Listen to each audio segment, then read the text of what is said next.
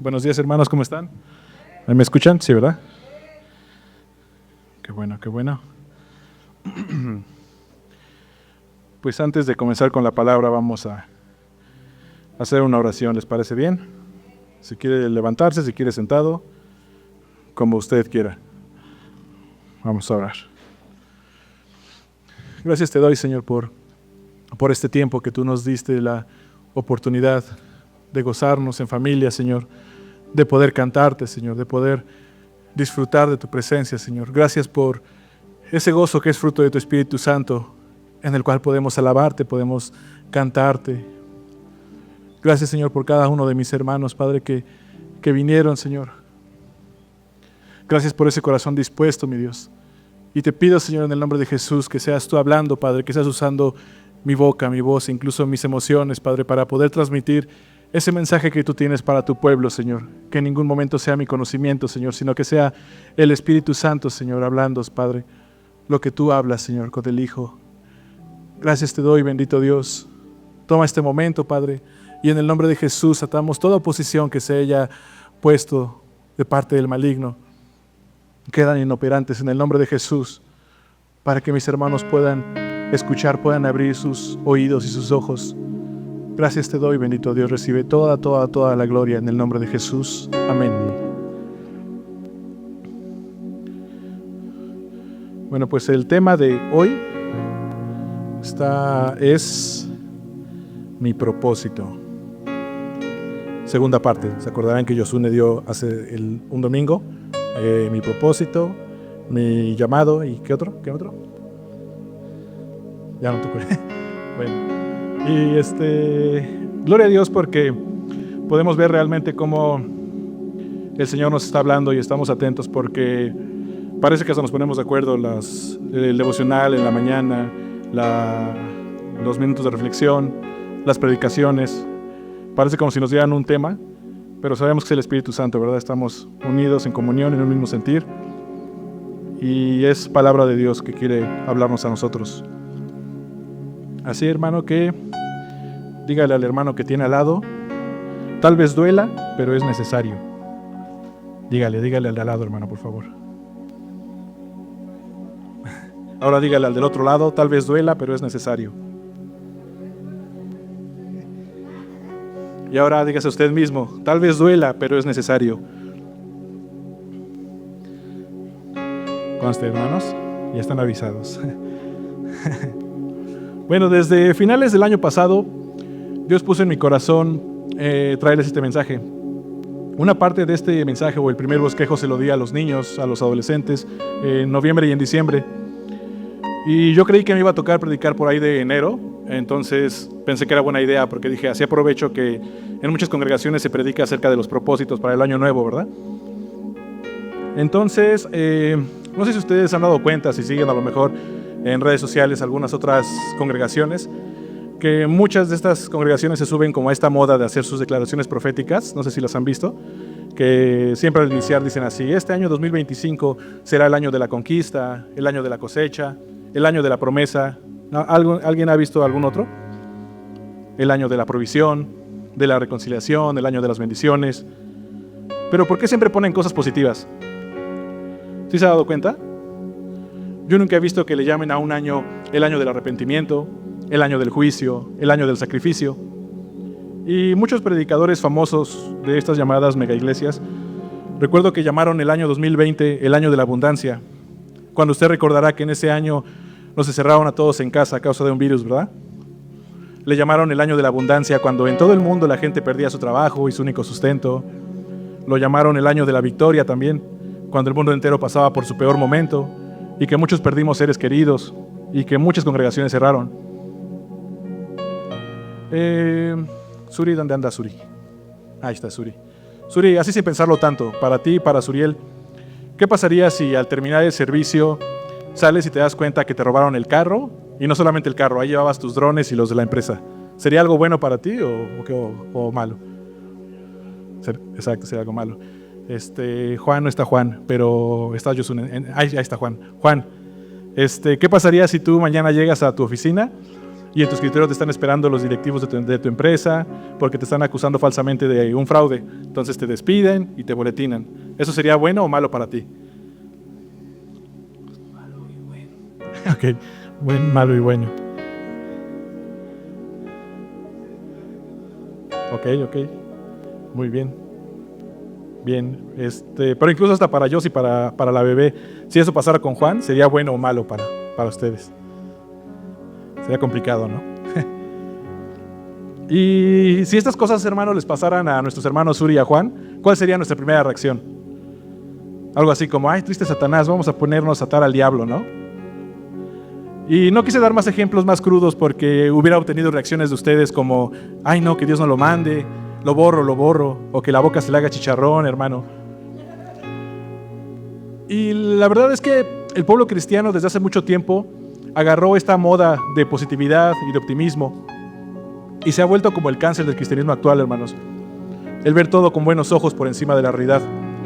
Y de ahí surgen tantas de estas falsas doctrinas que escuchamos por ahí, las de declarar, las de decretar, atar y desatar, y atacan a todos aquellos que ven la realidad con objetividad. Por ejemplo, a veces les dicen, ¿qué cosas estás declarando? O es que te estás asociando con las tinieblas, o no estás caminando en fe.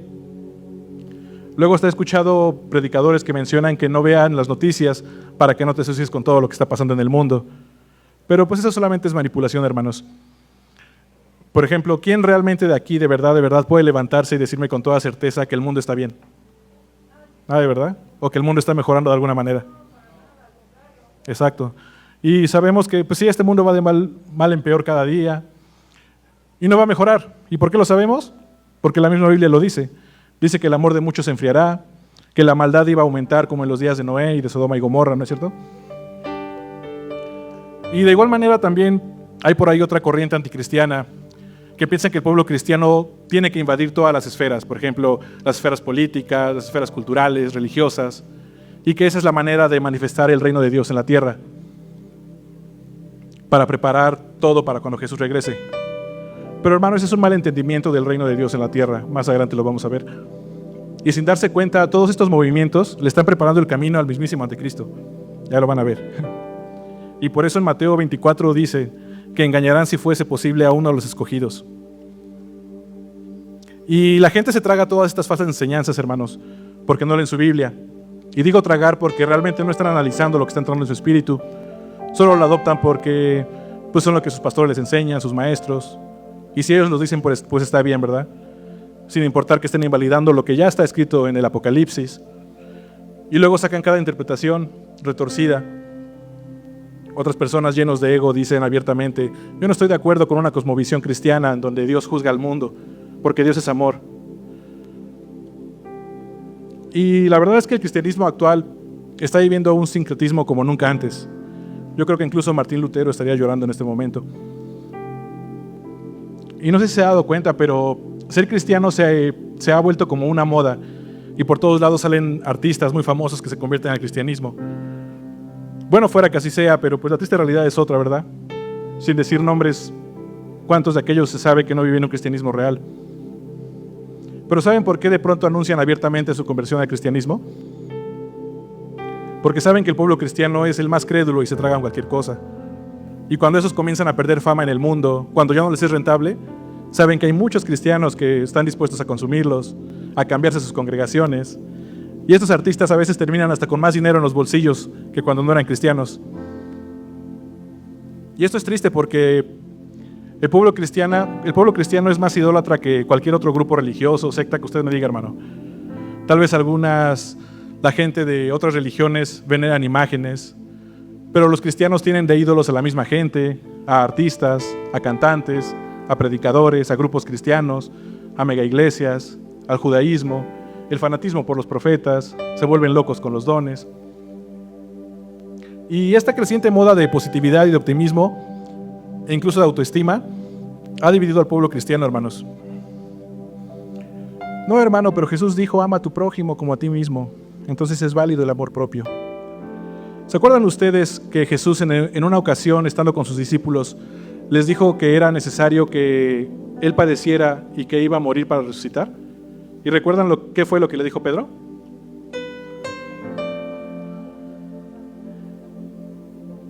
Así es, vamos a Mateo 16, 22 y 23 para que lo vean. Dice así: entonces Pedro, tomándolo aparte, comenzó a reconvenirle diciendo: Señor, ten compasión de ti, que en ninguna manera esto te acontezca. Pero Jesús, volviéndose, dijo a Pedro: quítate de delante de mí, Satanás, me eres tropiezo, porque no pones la mira en las cosas de Dios, sino en las de los hombres. Ouch. ¿A cuántos de ustedes les gustaría que Jesús les dijera eso, hermanos? Y es que no se da cuenta, pero si Jesús hubiera tenido compasión de sí mismo, como Pedro le sugirió, no habría tenido compasión por ti y por mí, y por tanto no habría salvación para nadie.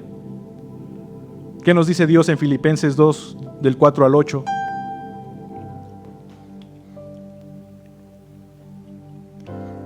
¿Me puedes poner, Jimé?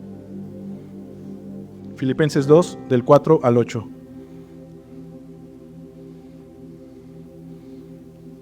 Dice así: no mirando cada uno por lo suyo propio, esto es la autoestima, sino cada cual también por lo de los otros.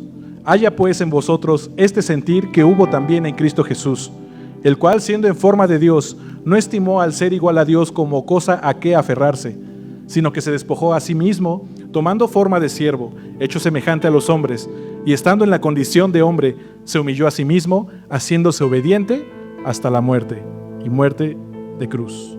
Más adelante vamos a continuar con este versículo. Y esta porción que acabamos de leer es clave para entender el Evangelio, mis hermanos. Les voy a dar otro más en Lucas 9:24. Dice así: Jesús dijo: porque todo el que quiera salvar su vida, la perderá, y todo el que pierda su vida por causa de mí, la salvará. Entonces, ¿cuál es la verdad, hermano? ¿Mi vida es importante o no? Todos estos mensajes de empoderamiento cristiano, de amor propio, provienen de la misma mente de Satanás, y ya no ignoramos sus maquinaciones. Satanás es muy astuto y ha contaminado el mensaje en los púlpitos con cosas como: tú eres alguien muy especial para Dios, Dios tiene planes increíbles para tu vida, tú tienes el poder para cambiar tu realidad, eres hijo o hija del rey y mereces lo mejor. La enfermedad es una maldición y no es para los hijos de Dios. Dios quiere que seas próspero en todas las áreas de tu vida porque tú eres cabeza y no cola. Declara, reclama, arrebata todas las bendiciones que te pertenecen y no aceptes un no por respuesta. Pero ¿sabe qué es peor que todos estos mensajes, hermanos? Los borregos gritando amén, lo tomo, lo arrebato, lo creo, y volviéndose locos con estas declaraciones. Hermano, de verdad, me duele bastante a veces ver este tipo de cosas dentro del pueblo cristiano, porque la carne ama que todo se trate de sí misma. ¿Cuántas selfies tienes en tu celular? ¿Cuánto tiempo le inviertes a tus redes sociales para crecer en followers? Y no solo por la parte de la vanidad o del orgullo, incluso también la autoconmiseración. Ay, pobrecito de mí. Ay, es que todo me pasa a mí. Sí soy. De cualquier manera, Satanás encuentra la manera de engañarte para que todo se trate de ti. Es que eres el hijo favorito de Dios. Dios te llamó a las naciones con un gran ministerio. Pero mis hermanos, genuinamente, ¿ustedes creen que Jesús padeció todo lo que tuvo que sufrir, el sufrimiento, los insultos, entregar su propia vida en una cruz para poder dejarnos al Espíritu Santo? Para que la tarea del Espíritu Santo ahora sea solamente decirte que te vas a casar el próximo año, o que vas a tener un bebé, para darte el nombre de tu perrito. Todo eso te lo dice la mujer del Zócalo que lee la mano, ¿no? Te dice eso y hasta más. ¿De verdad creen que el Espíritu Santo vino para darte choques eléctricos y tirarte al piso? ¿O para que actúes como borracho o como un loco sin dominio propio? Por favor, mis hermanos, urge que maduremos. Todo esto es muy denigrante para el Espíritu Santo. ¿Realmente quieren ser parte de esta humillación al Espíritu Santo de Dios? La única comisión que Jesús nos dejó, no la hacemos. El Evangelio es lo que menos se predica hoy en día. Ahora todo se volvió un show. Ya es más como un club social, con todo tipo de eventos como propaganda política, que vamos a traer al coach tal, al psicólogo tal, al empresario exitoso, al elenco de Chosen, al artista del momento que se convirtió ayer para que predique.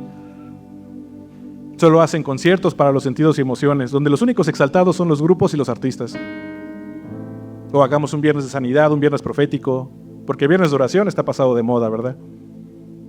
Salen a las calles a hacer evangelismo sin evangelio, se la pasan haciendo eventos internos para la congregación, donde aparte de quitarles el dinero, les quitan algo más valioso, que es el tiempo. Tristemente, Satanás los tiene bien embobados con toda clase de actividades dentro de las congregaciones, para que no salgan realmente a hacer la verdadera obra. Por eso hoy en día muchos pastores se centran más en tener auditorios grandes, en instalaciones cómodas, con toda clase de amenidades, escenarios muy vistosos llenos de luces y demás parafernalia.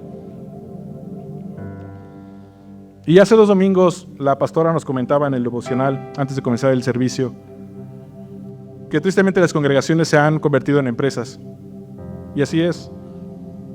Otras manipulan a la gente con versículos sacados de contexto para trasquilarlos y quitarles toda la lana.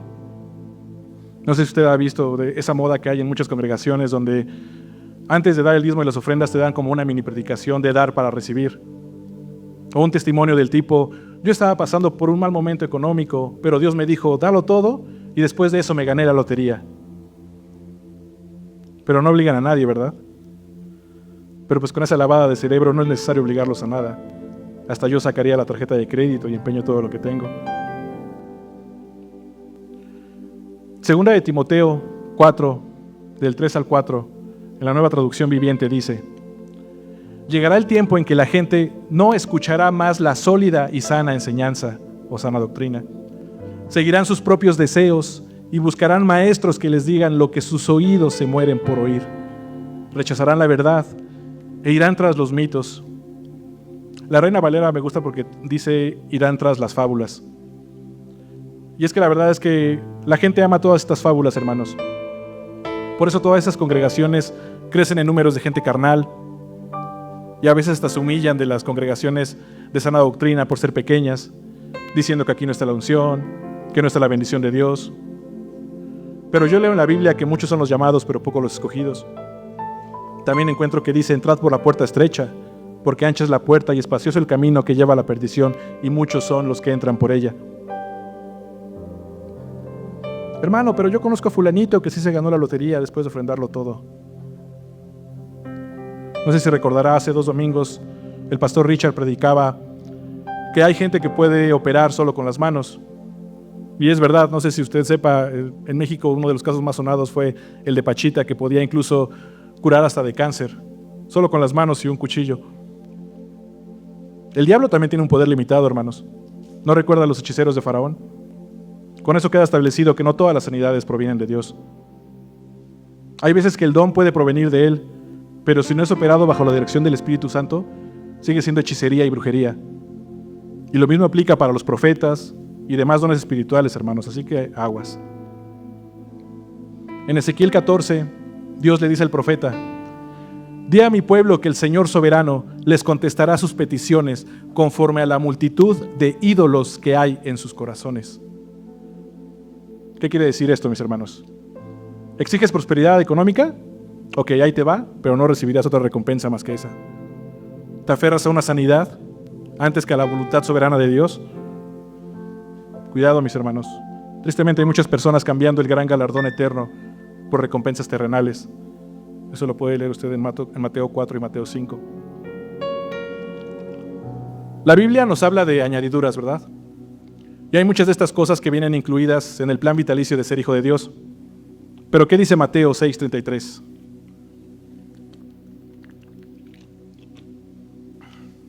Dice así: mas buscad primeramente el reino de Dios y su justicia, y todas estas cosas os serán añadidas. Y si usted lee todo este capítulo, está hablando de las necesidades humanas, como lo es el alimento, la vestimenta. ¿Qué otra cosa más podría ser una añadidura, hermanos? El transporte, la comunicación, prosperidad económica. Le voy a hacer una definición rápida de lo que es una añadidura. Todo aquello que no sea espiritual y que se pueda obtener en esta vida terrenal con o sin Dios, eso es una añadidura. Pero ojo, mi hermano, porque si usted solamente busca a Dios por las añadiduras, usted no está viviendo a Cristo. Y si usted no vive la vida del Hijo, no hay manera de que el Padre lo reconozca. A veces el pueblo cristiano erróneamente llama bendiciones a las añadiduras. Y es por eso que hay tanta confusión. Te dan una promoción o un aumento en tu trabajo y ¿qué decimos? Pero qué bendición, ¿verdad? Pero ¿qué tal si esa promoción o ese aumento en tu trabajo te aparta del camino de Dios? Entonces no puede ser una bendición, ¿verdad? Y atención aquí, mis hermanos, porque no existe tal cosa como una bendición económica. Llamámosle como son, añadiduras. Las bendiciones solamente pertenecen al ámbito eterno, a lo espiritual. El dinero no es más que un bien que sirve para poder cubrir necesidades terrenales o necesidades carnales. Ni todo el dinero, ni todo el oro, ni todas las piedras preciosas juntas pueden comprar la salvación, ¿o sí? Recordarán que las bendiciones solo se encuentran en un lugar. ¿En dónde? En Jesús, así es. En Efesios 1:3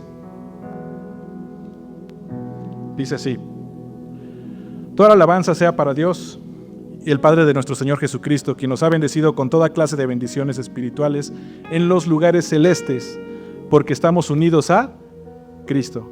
Este es otro versículo clave del Evangelio, hermanos. Así que, mis hermanos, los verdaderos hijos de Dios no perseguimos o arrebatamos las bendiciones, porque Dios ya nos las entregó todas al nacer de nuevo. ¿Cuántas bendiciones? ¿Pocas? ¿Muchas? Todas las bendiciones en Jesucristo, hermano. Usted solamente puede arrebatar lo que no le pertenece o lo que no tiene, ¿no? Si usted se la pasa arrebatando las bendiciones, entonces usted es un ladrón, porque no está en Jesucristo, en quien ya no se encuentran todas las bendiciones. Pero ¿por qué esto no se ha vuelto una realidad en muchos de nosotros? Una de dos: o no han nacido de nuevo, o aún les falta madurar en el conocimiento y entendimiento de Cristo. Y todo esto viene de una errónea interpretación de Mateo 11:12, que dice, no es Mateo 11:12, donde estaba hablando de Juan el Bautista. Ok. Jimé, ¿le puedes cambiar, por favor, Mateo 11:12?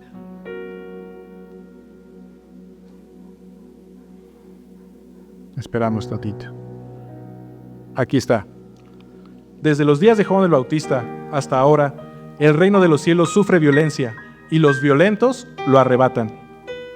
Aquí no está hablando de arrebatar las bendiciones y mucho menos de arrebatar añadiduras, que es donde muchos pastores y predicadores hacen énfasis. Declara tus deudas pagadas, arrebata esta palabra. ¿No se sabe mejor la de chambear?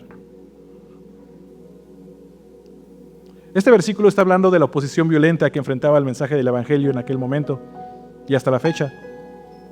Recordarán que en aquel momento encarcelaron a Juan el Bautista por compartir el mensaje de Jesús.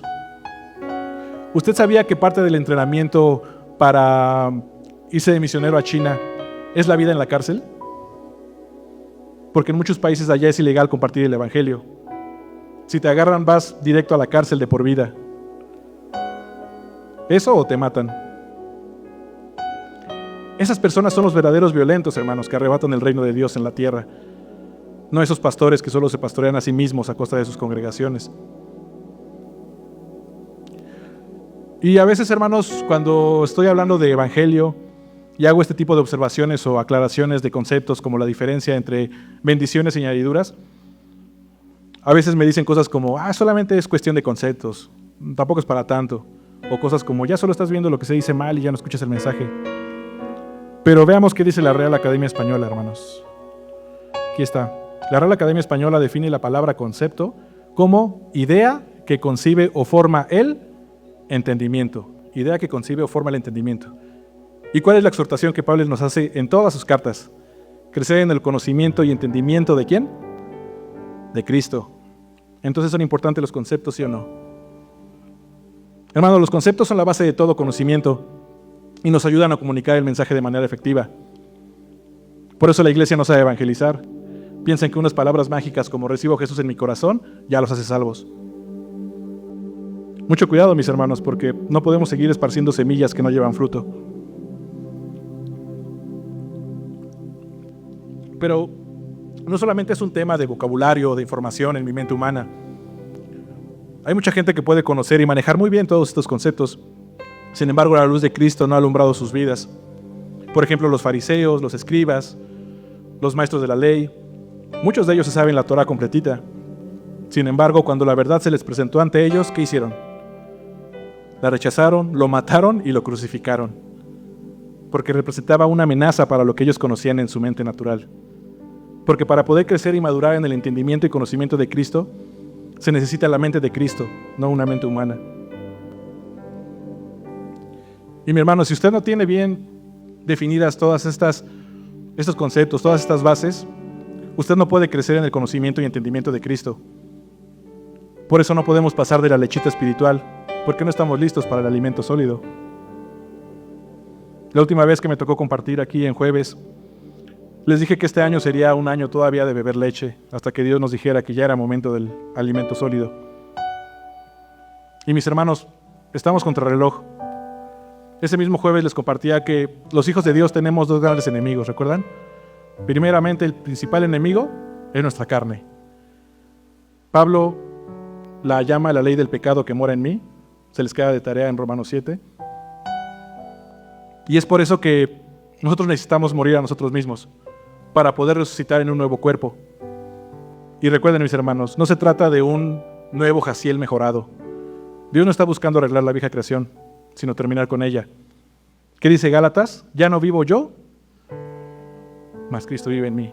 Es decir, Jaciel se queda sepultado y el único que resucita en mi vida es Cristo. Y el segundo peor enemigo lo encontramos en Efesios 5, 15 y 16.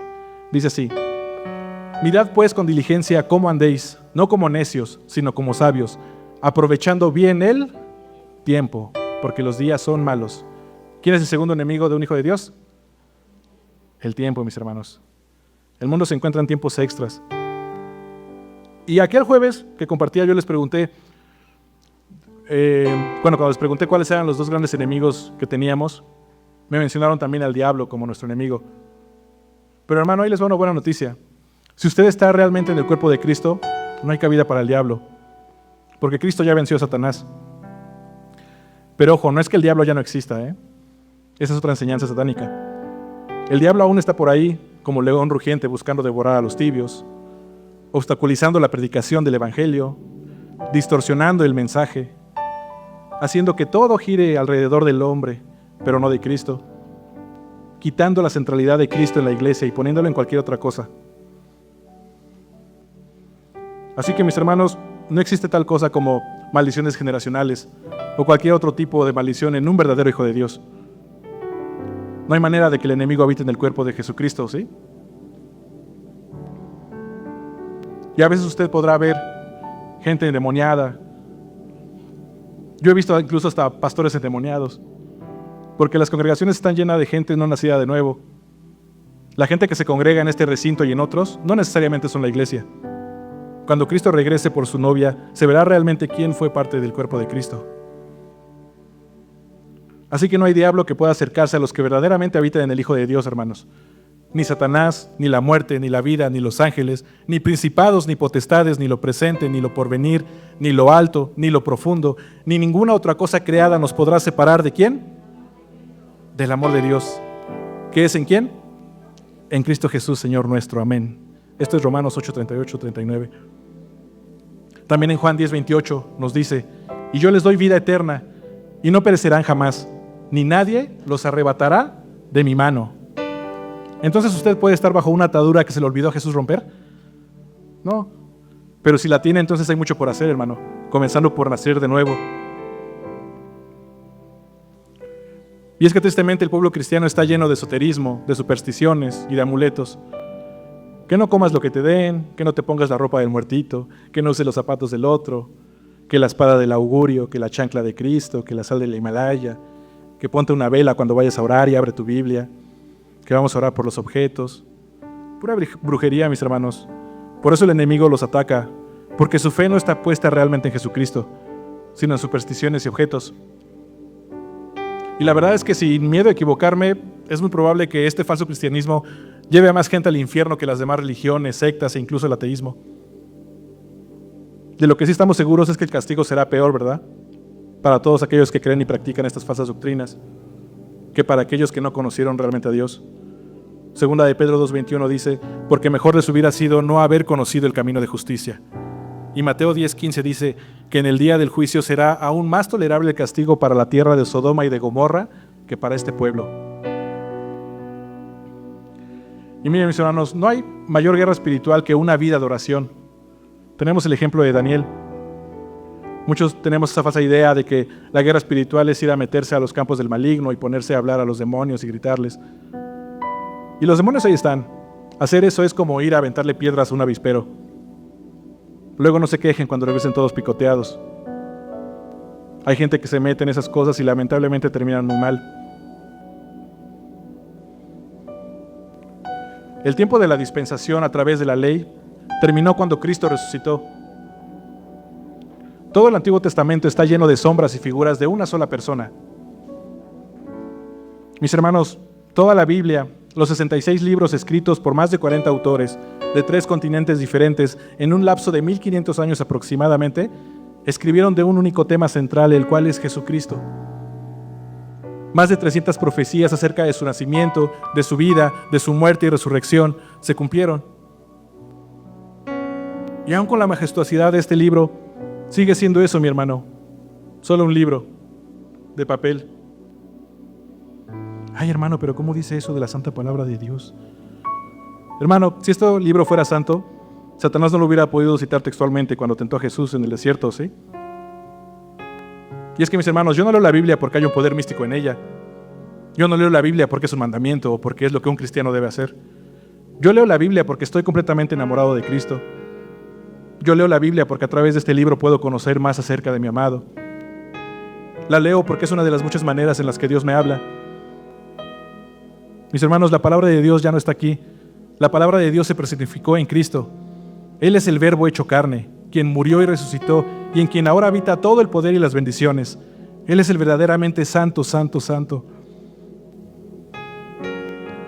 Y volviendo a Filipenses 2, del versículo ahora del 9 al 11, dice: por lo cual Dios también le exaltó hasta lo sumo, y le dio un nombre que es sobre todo nombre, para que en el nombre de Jesús se doble toda rodilla de los que están en los cielos, en la tierra y debajo de la tierra, y toda lengua confiese que Jesucristo es el Señor, para gloria de Dios Padre.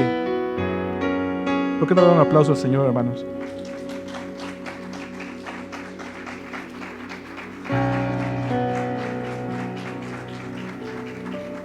Josué nos compartía el domingo pasado que nuestro propósito es vivir para la gloria de Dios, ¿verdad? Así que, mis hermanos, nosotros no tenemos permiso para hacer lo que queramos. Solo estamos sujetos a la voluntad de Dios Padre. Permítame ponérselo aún más fácil. Usted y yo no tenemos propósito. Dios tiene un propósito y en su infinito amor y bondad me da el privilegio de participar en él. Así que si anotó el título, táchela ahí en la palabra mí y escríbela ahí encimita, arriba o abajo o a un ladito, su propósito. Pero táchele bien o rayonele para que se acuerde y nunca lo olvide. Y nosotros, para que podamos conocer el verdadero propósito de Dios, tenemos que irnos hacia atrás, al principio. Pero no a Génesis, todavía mucho más atrás, incluso antes del principio, donde todo realmente comenzó. El verdadero comienzo lo encontramos en el libro de Efesios. En Efesios 3, del 8 al 11. Dice: a mí, que soy menos que el más pequeño de todos los santos, me fue dada esta gracia de anunciar entre los gentiles el evangelio de las inescrutables riquezas de Cristo, y de aclarar a todos cuál sea la dispensación del misterio escondido desde los siglos en Dios, que creó todas las cosas, para que la multiforme sabiduría de Dios sea ahora dada a conocer por medio de la Iglesia a los principados y potestades en los lugares celestiales, conforme al propósito eterno que hizo ¿en quién? En Cristo Jesús nuestro Señor. La palabra dispensación en este contexto significa administración. Ustedes recordarán que Pablo fue llevado al tercer cielo y ahí pudo ver el trono de Dios, pudo ver sentado a Jesús a su diestra. Es decir, que Pablo tuvo acceso a los planos originales de la iglesia. Y por medio de sus cartas, Pablo nos revela el gran misterio oculto por siglos, hermanos, y que por medio de la iglesia se da a conocer al mundo. Y no solo al mundo, ¿verdad? Pero acompáñame ahora a leer Efesios 1:11 para poder complementar la idea. Aquí cuando Pablo está hablando de reunir todas las cosas en Cristo, escribe esto: en él asimismo tuvimos herencia, habiendo sido predestinados conforme al propósito del que hace todas las cosas según el designio de su voluntad. Aquí podemos ver nuevamente el propósito eterno que leímos en Efesios 3, y nos dice que fue establecido según el designio de su voluntad. Una mejor traducción del griego para la palabra boulé, que es designio, sería consejo. No consejo de recomendación, sino un consejo deliberante, que por definición es un cuerpo que se encarga de crear normas que regulan el funcionamiento de una ciudad, en este caso un reino. Y tal vez usted se preguntará por qué le estoy hablando de administración y de normas. Y es que en el reino de Dios, hermanos, hay un orden perfecto. Es un complejo engranaje funcionando para un único propósito. Todo lo creado, incluso la creación caída, y hasta el mismo diablo operan para cumplir el propósito eterno de Dios, mis hermanos. En Hechos 2:23, Pedro, predicándoles de Jesús a los judíos en Pentecostés, les dice: a este entregado por el determinado consejo y anticipado conocimiento de Dios, prendisteis y matasteis por manos de inicuos, crucificándole. Una vez más aquí podemos ver que Dios tuvo un consejo, ¿verdad? Una reunión en donde trazó su gran plan. Y tal vez usted pensará que ese gran plan es la salvación. La salvación es gloriosa, pero no es la meta, mis hermanos. La salvación apenas es la puerta abierta a un largo camino hacia un galardón eterno maravilloso. ¿Ustedes saben quién forma parte de este consejo? ¿Alguien sabe? Se los voy a decir: el Padre, el Hijo y el Espíritu Santo. Y fue en ese consejo donde se propusieron crearlo todo para un único propósito. Efesios 3 nos dice que este plan es dado a conocer incluso a los principados y potestades en los lugares celestiales. ¿Por medio de quién? De su iglesia. Así que si Satanás hubiera conocido este plan, no hubieran crucificado a Jesucristo. ¿Se da cuenta del complejo engranaje que es todo esto? Y del privilegio que tenemos al ser parte de este gran plan. Pero antes de contarles el verdadero propósito de Dios, mis hermanos, permítanme darles algunos ejemplos de los cuales no son el propósito de Dios y que muchos cristianos creen que sí lo son. Pónganse sus cascos. Bueno, no. Quedamos que iba a doler, pero ¿era qué? Necesario, hermanos.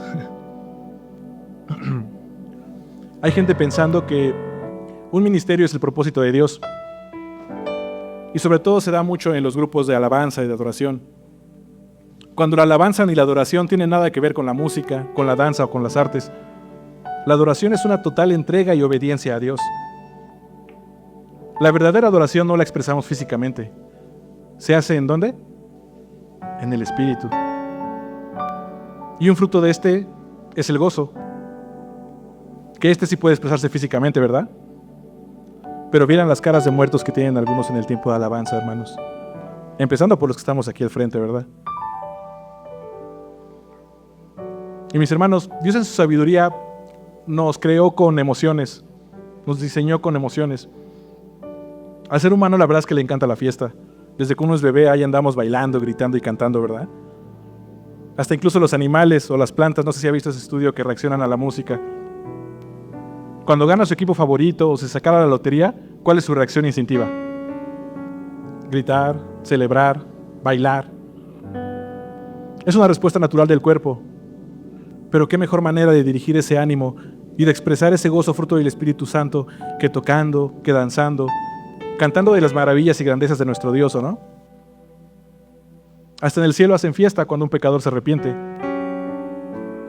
Dejemos de querer espiritualizar todo, porque por eso a veces salen con doctrinas raras como de que el Espíritu de Dios solo desciende cuando cantamos. Hermanos, Dios ya no desciende. Su Espíritu ahora habita en nosotros y nos posiciona en lugares celestiales. ¿Junto con quién? Junto con Cristo, porque estamos unidos a Él. El propósito de Dios no tiene solo que ver con asistir a una congregación. A veces, muchas veces, con muy buena intención se les dice: hermanos, vengan al culto, vamos a darle un día al Señor. Pero Romanos 12:1 me está diciendo que me presente como sacrificio vivo, santo, agradable a Dios, que es vuestro culto racional. Un verdadero hijo de Dios no les da unas horas o solamente un día a Dios, sino que vive un culto continuo toda su vida a partir de que nace de nuevo. Y todo lo que hagan, hacerlo de corazón como para el Señor. Colosenses 3:23. Pero como muchos siguen creyendo que este edificio de piedra es la casa de Dios, pues no pueden vivir esa realidad. Tenemos que sacudirnos toda la religiosidad, mis hermanos. La iglesia de Cristo es un cuerpo conformado por varios elementos. El diseño de la iglesia siempre fue una familia. Cuando usted llega a un lugar donde no conoce a nadie, ahí anda uno todo cohibido, ¿no? Pero de pronto, si vemos a los lejos a nuestro grupo de amigos, ¿qué hace usted? ¿Lo saluda y se queda ahí todavía solo? No, ¿verdad? Exacto. Corren a donde están sus amigos y se queda con ellos. Está tan a gusto que muchas veces ni siquiera se quiere ir. Si a usted no le gusta venir a este lugar a congregarse con sus hermanos, o se le tiene que obligar o hacer toda clase de dinámicas para que se integren, o son de los que llegan tarde o se van rápido para no saludar a nadie, entonces usted está en la familia equivocada, hermano, y no en la de Dios. Parte de la expresión de Cristo en nosotros es el amor fraternal. Y ojo, no solo para los que se encuentran aquí, sino por las almas perdidas que están allá afuera, por los pobres y los necesitados. El trabajo de la iglesia está allá afuera, mis hermanos, no dentro de estas cuatro paredes. Participar en un ministerio dentro de este lugar no es servir a Dios. Hechos me dice que Dios no puede ser servido por mano de hombres. Su verdadero servicio comienza cuando sale de este lugar, en su casa, con su familia, en su trabajo, en la escuela, en la calle, cuando va manejando o cuando va en el transporte. Y si servimos aquí es porque expresamos la vida de aquel que vino a servir y no a ser servido. Pero un punto importante, mis hermanos. A Dios no le servimos por el sentido del deber, o por el sentido de la responsabilidad, o porque es un mandamiento. No, hermanos. Le servimos porque le amamos, porque Él es nuestra pasión. Porque así como mi cuerpo necesita respirar, mi alma y mi espíritu necesitan de Dios. Y nos reunimos aquí porque somos una familia en Él y nos expresamos en su amor. Pero tampoco se confundan, mis hermanos. El propósito de Dios tampoco tiene que ver con expresiones de amor, como pueden ser muestras de cariño, abrazos, palabras lindas, o el ser amables con otros. No sé si usted ha visto, pero parte del entrenamiento inicial de muchas sectas para atraer adeptos es presentar siempre una sonrisa a los demás, es ser amables, celebrar los logros de los demás, darles halagos cada que se pueda, evitar usar palabras o expresiones negativas y llevarlos solamente a cosas positivas, expresiones físicas de cariño como abrazos, regalos, etc. Todo esto sí puede ser una expresión de Cristo, pero no necesitas de Cristo para hacer todas estas cosas, ¿o sí? Por eso la gente cree que Dios solamente muestra su amor de esta manera. Y el día que no le dan una muestra de afecto, sienten que Dios los odia. Por eso cuando el hermanito no te saludó o cuando no te toman en cuenta en algo, te sientes y te quieres salir de la congregación. No, mis hermanos, dejémonos de niñerías y de cursilerías. Eso no es el amor de Dios. Recordarán ustedes que en Hebreos 12, del 6 al 8,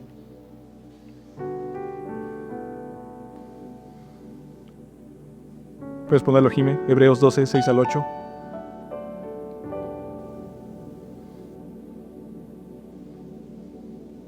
Dice así: porque el Señor al que ama disciplina y azota a todo aquel que recibe por hijo. Si soportáis la disciplina, Dios os trata ¿como a qué? Como a hijos. Porque ¿qué hijo es aquel al quien el Padre no disciplina?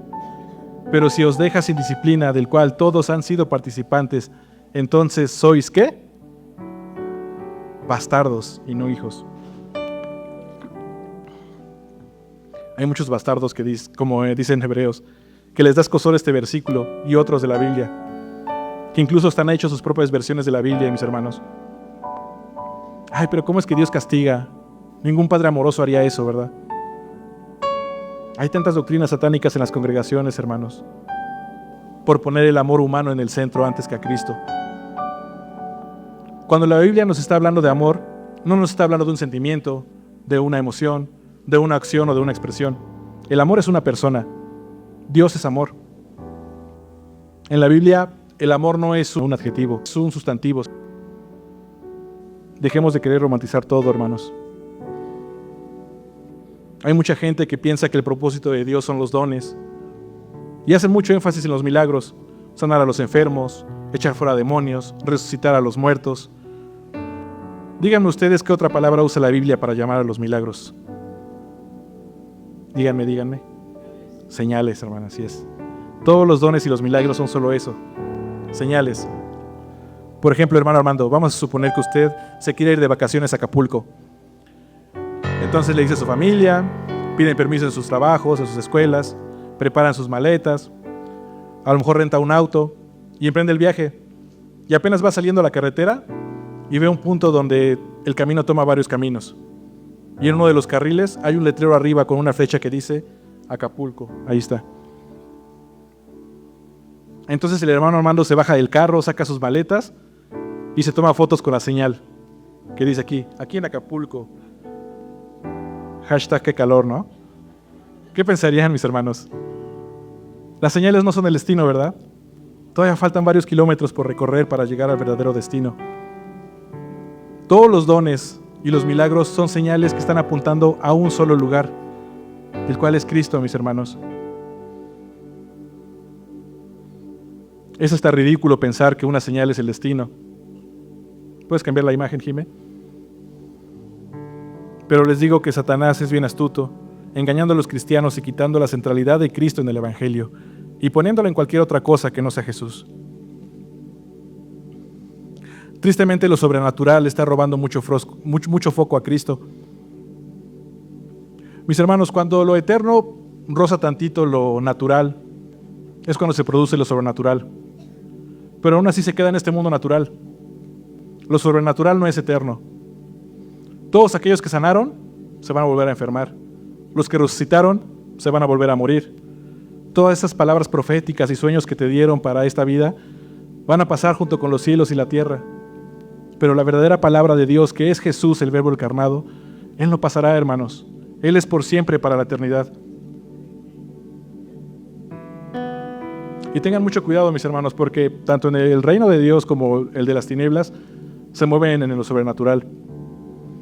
A veces yo escucho frases como que lo sobrenatural invade este lugar. Y entonces hay manifestaciones de todo tipo, salen los endemoniados, pero no porque esté la presencia de Dios, ¿o sí?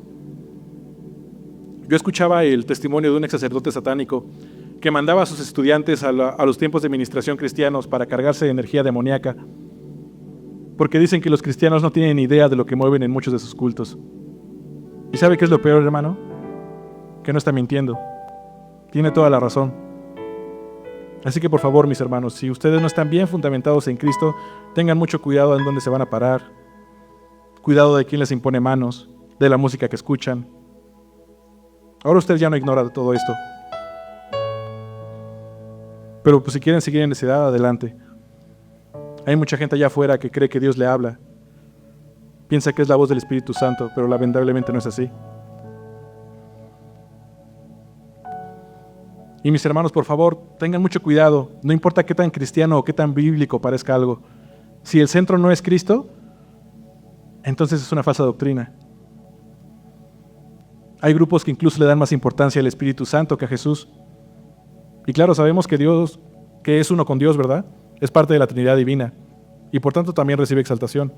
Pero Jesús mismo dijo en Juan 14 que el Espíritu no hablará por su propia cuenta, sino que hablará todo lo que oyere entre el Padre y el Hijo. Y ahí mismo dice que el Espíritu glorificará al Hijo, no a uno mismo. ¿A quién? A Jesús. Es que el Espíritu dice que viene un tiempo de abundancia para ti y que Dios te va a levantar muy alto sobre tu familia. Tengan cuidado, mis hermanos. Hay libros y grupos que enseñan a dirigir sus oraciones al Espíritu Santo. Y hacer eso es totalmente contrario a la verdad.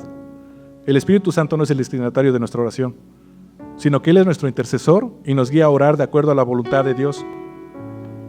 Por ejemplo, yo al preparar un mensaje le pido a Dios que por medio del Espíritu Santo sea revelándome su palabra y que no sean mis ideas, que no sean mis emociones o mi conocimiento.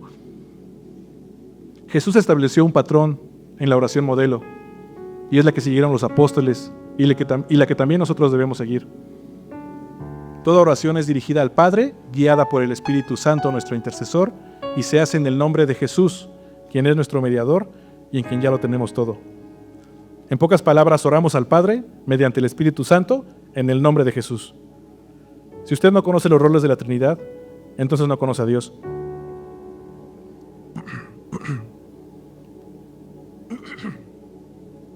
El propósito de Dios tampoco tiene que ver con la restauración de Israel, porque su propósito fue determinado incluso antes de la tierra y del universo mismo, ¿verdad? Sabemos que Israel es el reloj profético de Dios, por el cual podemos discernir los tiempos en los que estamos viviendo. Pero la encomienda de Jesús para la iglesia fue predicar el Evangelio, no predicar Torah, no guardar Shabbat, no celebrar las fiestas hebreas. Tengan cuidado, mis hermanos, porque intentar traer todos los preceptos del Antiguo Testamento es hacer nula la gracia. Todo el Antiguo Testamento es sombra y figura de Cristo. Él ya vino, Él ya murió, ya resucitó y ahora viven ustedes. Pero todavía hay gente viviendo o enseñando la Biblia como si Jesús todavía no se hubiese revelado al mundo. Por ejemplo, a veces con esto de la guerra en Israel, he escuchado a predicadores decir: vamos a orar por Israel para que Dios les dé la victoria ante sus enemigos. No, mis hermanos, Gálatas nos dice que ya no hay más judío ni griego. Por eso nuestra lucha ya no es contra sangre ni carne, o sea, entre nosotros mismos. No oramos solamente por Israel, oramos también por la iglesia que está en Gaza, en los demás países involucrados en las guerras de Oriente Medio. Oramos por toda la iglesia global, hermanos. Todos aquellos que siguen viviendo, predicando obras del viejo pacto, están siendo esclavos y están esclavizando a otros. Gálatas 5:1 dice: estad pues firmes en la libertad con que Cristo nos hizo libres, y no estéis otra vez sujetos al yugo de esclavitud. Aquí Pablo está hablando del viejo pacto. Hebreos 8:13: al decir nuevo pacto, ha dado por viejo al primero, y lo que se da por viejo y se envejece está próximo a desaparecer. Incluso la misma Biblia nos advierte en Filipenses 3:2, y vea las palabras que está usando: guardaos de los perros, guardaos de los malos obreros, guardaos de los mutiladores del cuerpo. Aquí está hablando de los judaizantes, ya que ellos son los que practican la circuncisión. Y todo esto es tan extenso, hermanos, que da para otro mensaje, el viejo y el nuevo pacto. Porque es necesario que usted pueda entender su posición actual en Cristo. ¿Quién es nuestro nuevo pacto? Tenemos que derribar todos esos becerros de oro, hermanos. Porque solamente así podremos madurar en el pleno conocimiento y entendimiento de Cristo. Yo antes no entendía por qué en mi camino me encontraba a mucha gente cristiana, en mis trabajos, en mis escuelas. Y muchos de ellos creían en estas falsas doctrinas. Y muchas veces hablando con ellos, están conscientes de eso, lo reconocen, pero aún así permanecían en esos lugares. Porque han estado ahí toda su vida, porque es la renombrada iglesia tal, porque les queda cerca, porque están enamorados del lugar, del edificio, de su ministerio, o incluso de sus pastores o líderes, pero no de Dios. Permanecen ahí porque es donde están sus amigos o su familia. Pero Mateo 10:37 dice: el que ama a padre o madre más que a mí, no es digno de mí. El que ama a hijo o hija más que a mí, no es digno de mí. Lucas lo dice de otra manera, citando a Jesús, que el que no aborrece a padre, a madre, a hermano, a hermana, a hijo o hija, incluso su propia vida, no puede ser mi discípulo. Ay, no creo, hermano, pero ¿cómo Jesús pudo decir eso? Seguro quiso decir otra cosa o está mal traducido. Esos son los bastardos de Hebreos 12, mis hermanos. Y todos estos ejemplos que les di de falsos propósitos que les acabo de mencionar, sí pueden ser una pequeñísima parte del camino hacia el propósito de Dios, pero muchos se pierden en el camino y no llegan a la meta.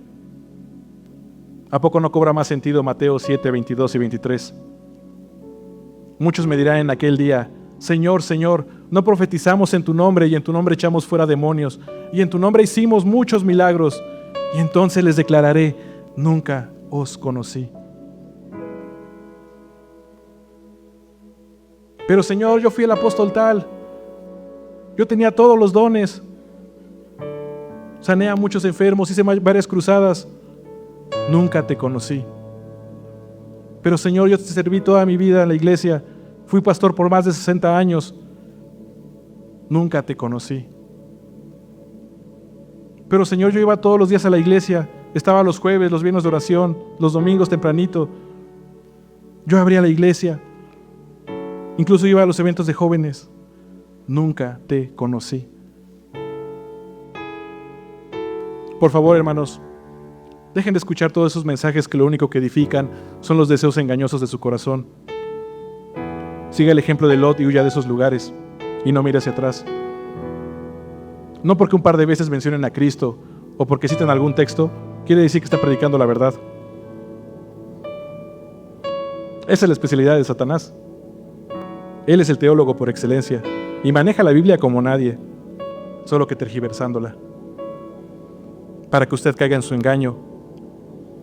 Por eso examine detenidamente los frutos de esos predicadores, de sus congregaciones, de sus ministerios.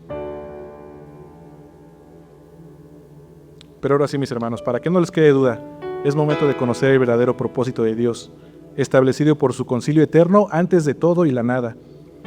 Atención para que no se me pierda, ya vamos a terminar. Acompáñame a Juan 17, 20 al 24.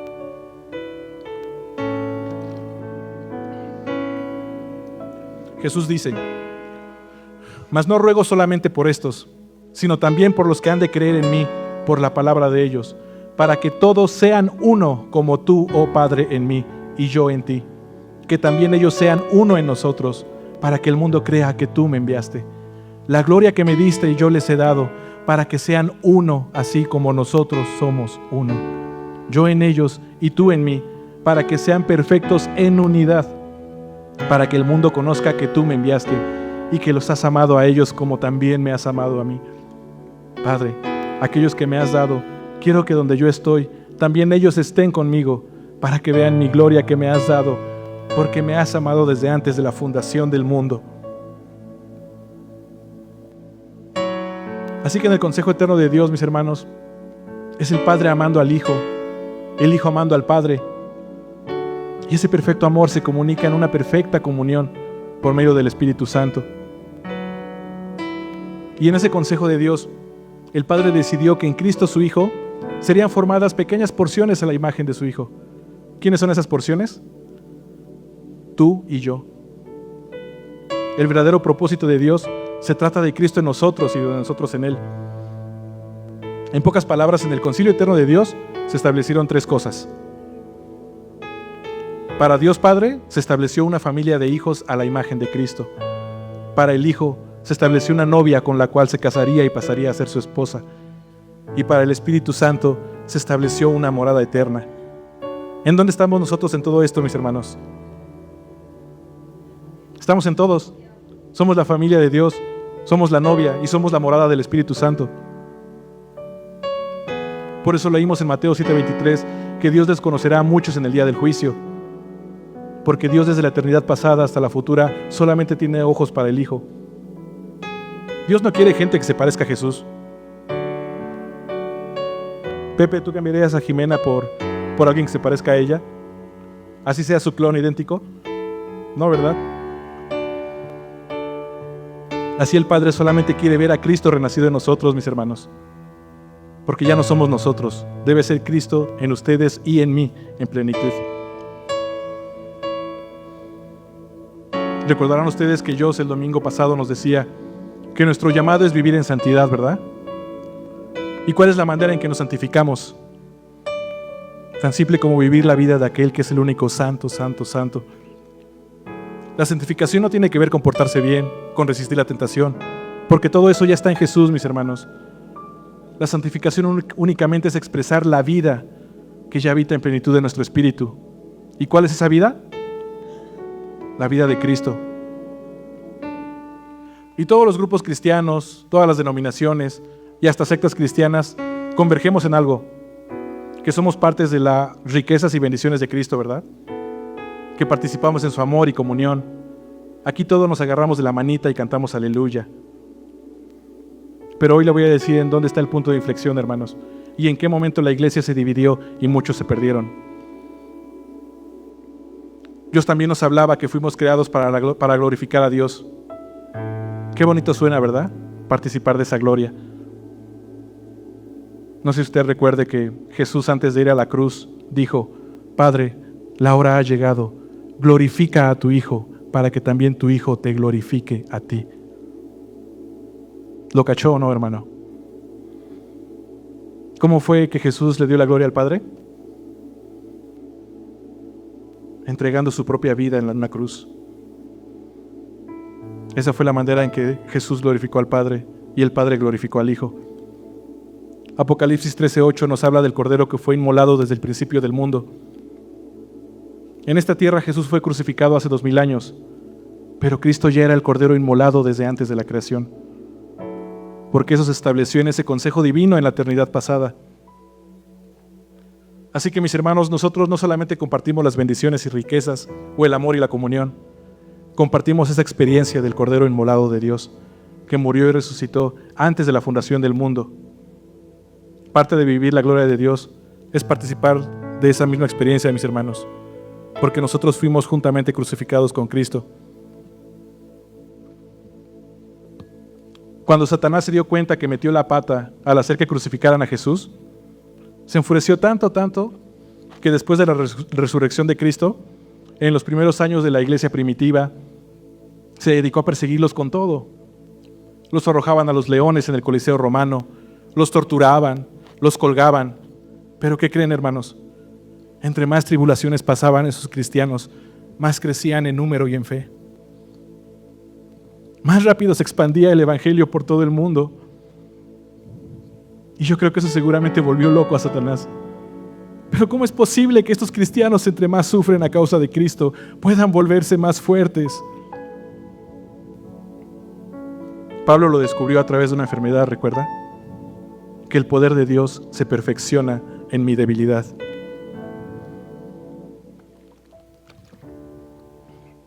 Pablo en 2 Corintios 11 le dice a la iglesia: he trabajado con mucho esfuerzo, me han encarcelado muchas veces, fui azotado innumerables veces y enfrenté la muerte en repetidas ocasiones.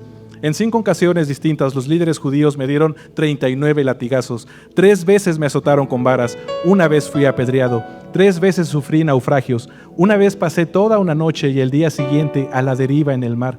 He estado en muchos viajes muy largos, enfrenté peligros de ríos y de ladrones. Enfrenté peligros de parte de mi propio pueblo, los judíos y también de los gentiles. Enfrenté peligros en ciudades, en desiertos y en mares. Y enfrenté peligros de hombres que afirman ser creyentes, pero que no lo son. He trabajado con esfuerzo y por largas horas, y soporté muchas noches sin dormir. He tenido hambre y sed, y a menudo me he quedado sin nada que comer. He temblado de frío, sin tener ropa suficiente para mantenerme abrigado. Además de todo eso, a diario llevo la carga de mi preocupación por todas las iglesias.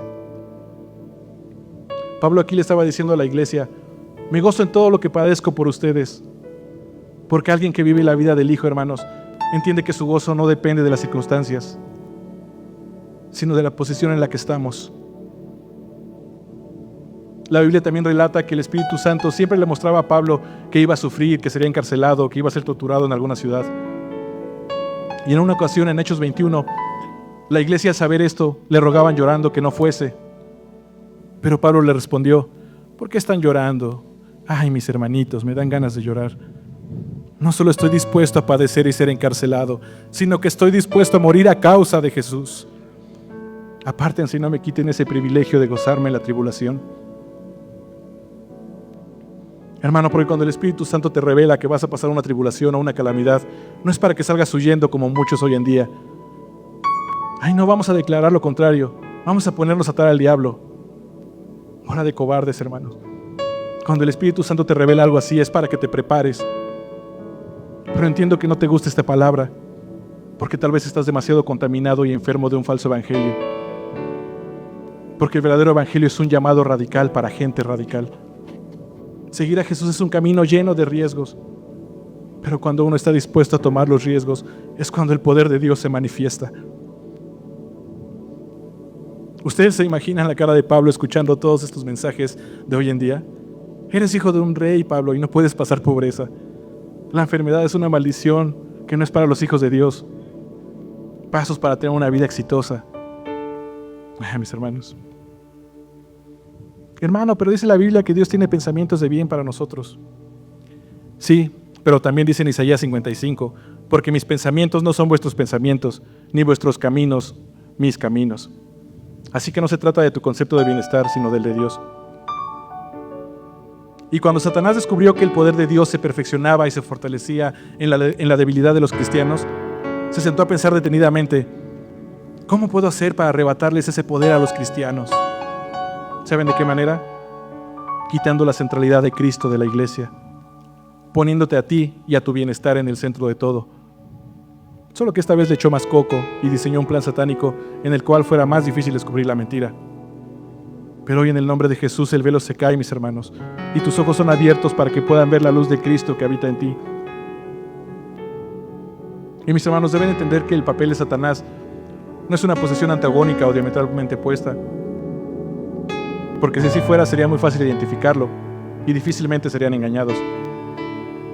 Satanás es muy astuto y creó muchas falsas imágenes muy parecidas a Dios, estableciendo doctrinas falsas dentro de la iglesia que parecen bíblicas.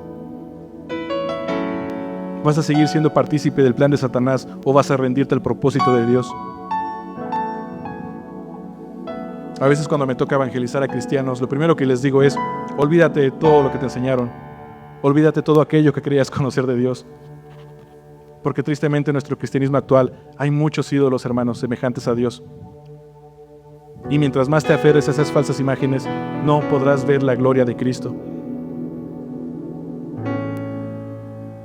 Porque, mis hermanos, no importa la circunstancia terrenal en la que te encuentras, porque nuestro tesoro está en Jesús, y todo aquello que estás pasando nos está llevando a cumplir el propósito de Dios, que es Cristo formado en nosotros. Es por eso que usted nunca lee en sus Biblias a los apóstoles o a los mártires de Dios quejándose por lo que pasaban, porque para ellos era un gozo padecer por Cristo. El verdadero amor hace que cualquier sacrificio se convierta en un privilegio, mis hermanos. Cuando Jesús es nuestra pasión, hace que dejar tu tierra y tu parentela, dar gracias en todo, venderlo todo y darlo a los pobres, amar a tus enemigos, bendecir a quienes nos maldicen, orar por quienes nos persiguen, poner la otra mejilla, llevar la carga una milla más, salga del entorno del sacrificio y se convierta en un privilegio. Y ese es nuestro deleite, hermanos. Es por eso que todos los mandamientos se resumen en uno solo: amar a Dios con pasión. Amarlo con todo tu corazón, con toda tu alma, con toda tu mente y con todas tus fuerzas. Si Dios no tiene tu corazón, no importa cuánto le sirvas, no sirve de nada. No importa qué tan bonito prediques, qué tan bonito sirvas, le cantes, toques, dances. Si Dios no tiene todo tu corazón, le es tan repugnante tu alabanza que dice la Biblia que te vomita de su boca. Al inicio le preguntaba a Suri y a Juan: Suri, que te roben tu carro es bueno o malo. Juan, que te acuse falsamente es bueno o malo. Mis hermanos, si alguno de ustedes pasa por algo así, si pasa una enfermedad, si pierdan a un ser amado, si perdieran su trabajo, su casa, si lo perdieran todo, ¿es bueno o malo? La respuesta correcta es depende. Es bueno si eso que estoy pasando, Dios lo está usando para formar a Cristo en mi vida. Porque la gran bendición que tenemos es la presencia de Dios en nosotros, mis hermanos. Independientemente de si te pasan cosas buenas o cosas malas. Aquí es cuando usted sí debe gritar bien fuertemente: amén. La gracia de Dios es dándose a sí mismo por completo mediante su Hijo. La salvación es fruto de esa gracia, porque por gracia sois salvos. En la Biblia Dios nunca te prometió que te iría bien. Jesús mismo dijo que en el mundo tendríamos aflicción, ¿verdad? No dijo que no pasarías una enfermedad, pero lo que Dios sí dijo es que aunque andes en valle de sombra y de muerte, y que incluso aunque pasaras por las aguas del fuego, Él te prometió que siempre estaría contigo, en ti y en mí. ¿Cuántos de nosotros no pasamos aquí al frente a dar testimonios del tipo: hermanos, quiero dar un testimonio porque Dios me dio el trabajo, porque Dios me sanó, porque Dios me liberó, porque entré a la universidad, porque me gradué? ¿Cuántos de todos aquellos que pasaron aquí están ahora? Voltea a su alrededor. Entonces, ¿eso fue bueno o fue malo? Ya lo entendieron.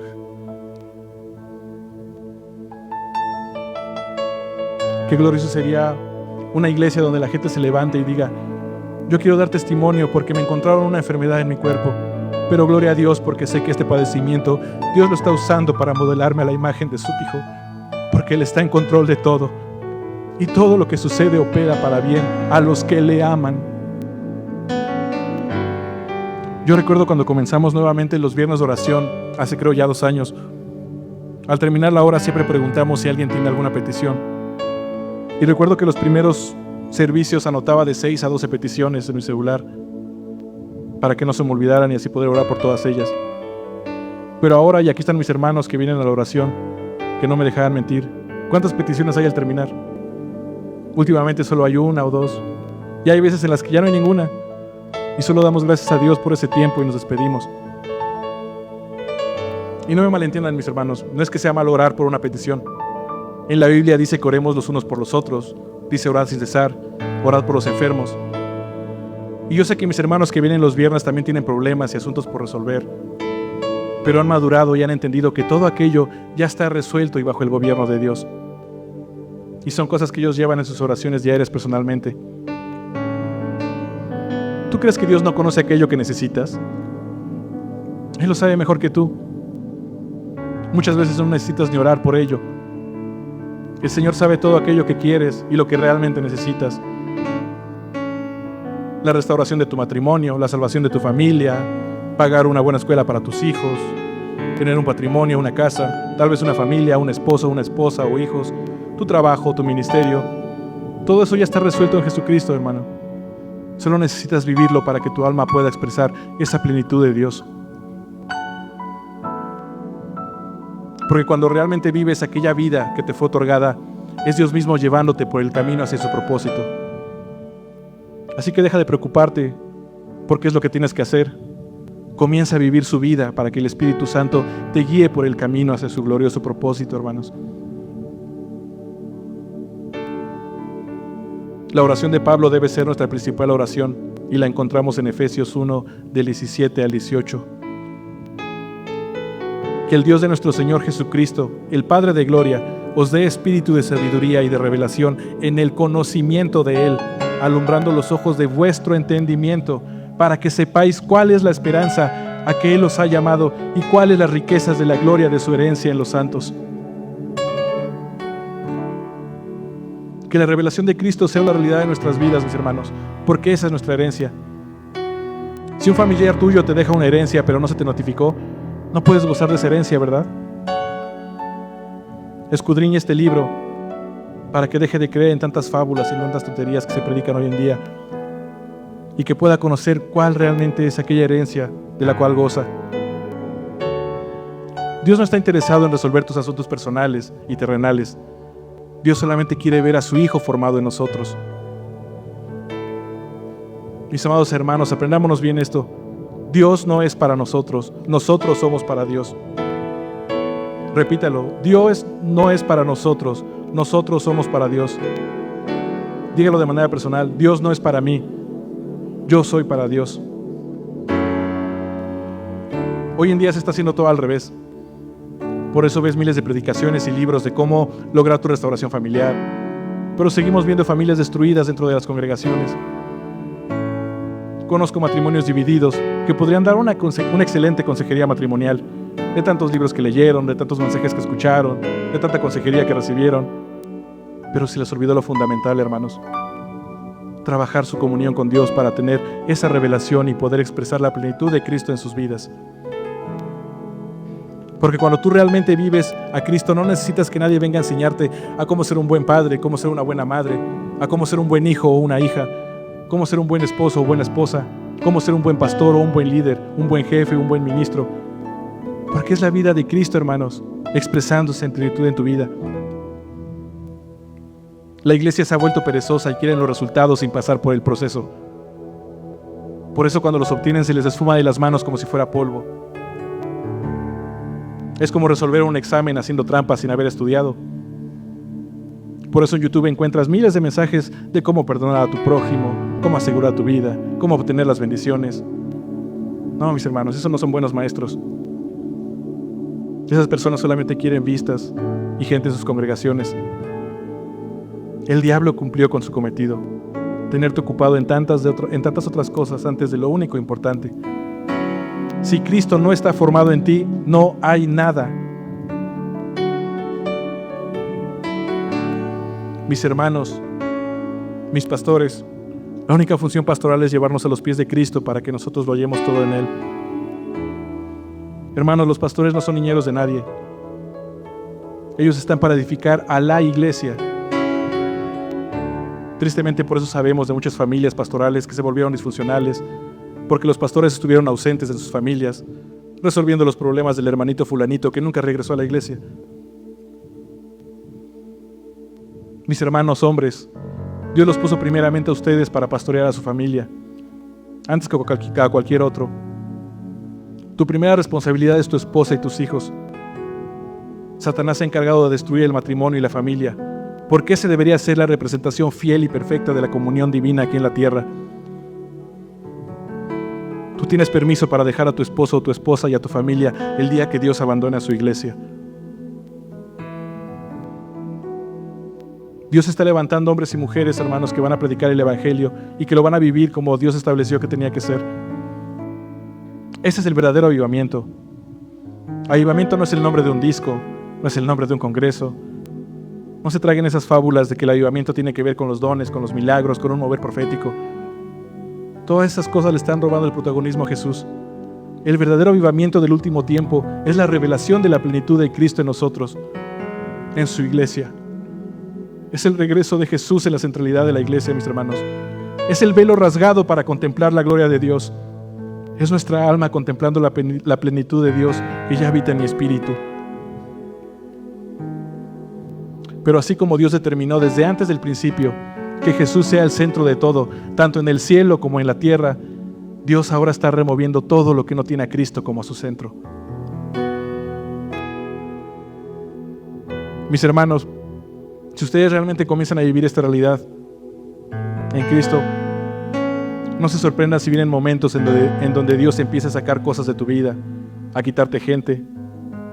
Vas a perder muchas cosas, pero gloria a Dios por eso, porque Dios está arrancando todo aquello que te impide tener a Jesús como el centro de tu vida.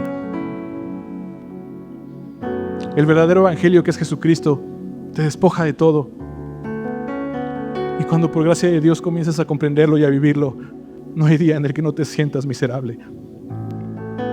Pero es en esa misma bajeza y en esa vileza donde tú realmente puedes ver la gloriosa majestuosidad de Dios,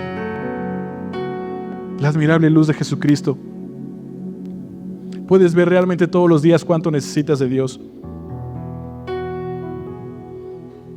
Este evangelio me arruinó la vida, pero ahora vivo una mejor vida unido a Cristo. Y tal vez muchos rechacen este mensaje. Dice Romanos 8:28 que esto es solo para aquellos a los que conforme a su propósito son llamados. Cuando Jesús se presentó como el pan de vida en Juan 6, dijo que teníamos que comer de su carne y beber de su sangre, es decir, participar de su sufrimiento. Y relata la Biblia que muchos de las personas que le seguían volvieron atrás. E incluso a los mismos discípulos les pareció dura esa palabra y se lo dijeron a Jesús. ¿Y saben cuál fue la respuesta de Jesús a sus discípulos? ¿Acaso quieren irse ustedes también? Así que abran bien las puertas allá atrás, porque el reino de Dios solamente es para los valientes, para los que lo toman con violencia. Pero mi hermano, si tú estás aquí hoy escuchando este mensaje, o si lo estás escuchando en la transmisión o en la grabación a través de las redes sociales, entonces déjame dar tú una gran noticia. Este mensaje sí es para ti. Dios te sigue llamando porque te ama. Te ama de tal manera que entregó su propia vida, la vida de su Hijo, hermanos. Y sí, hay todo que perder, mis hermanos. Sí, habrá tribulación, pero que así como Pablo, podamos tenerlo todo por basura, e incluso hasta nuestra propia vida, porque el galardón en la eternidad es imposible describirlo con palabras, mis hermanos. La gloria de mi Dios es indescriptible. Pero si Dios me tiene a mí, entonces yo ya lo tengo todo.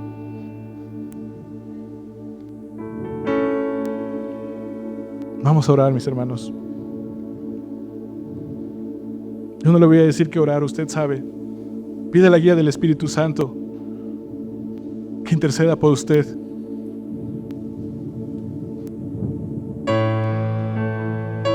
Ríndase ante Dios. Ríndase a su propósito.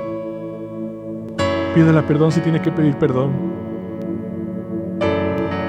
Pídale que pueda ver esa gloria de Dios que ya habita en ustedes, en su espíritu. Que su alma pueda darse cuenta de todo eso que ya tenemos en el espíritu. Porque Dios habita en plenitud.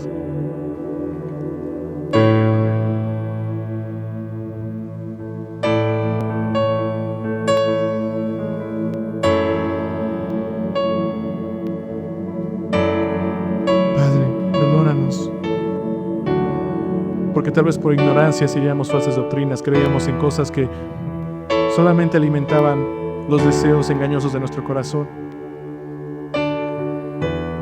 Pero ahora puedo verlo. Ahora el velo es rasgado y puedo ver tu gloria. Ayúdame, bendito Dios, a que esa gloriosa bendición pueda vivirla día con día. Que tú seas mi todo.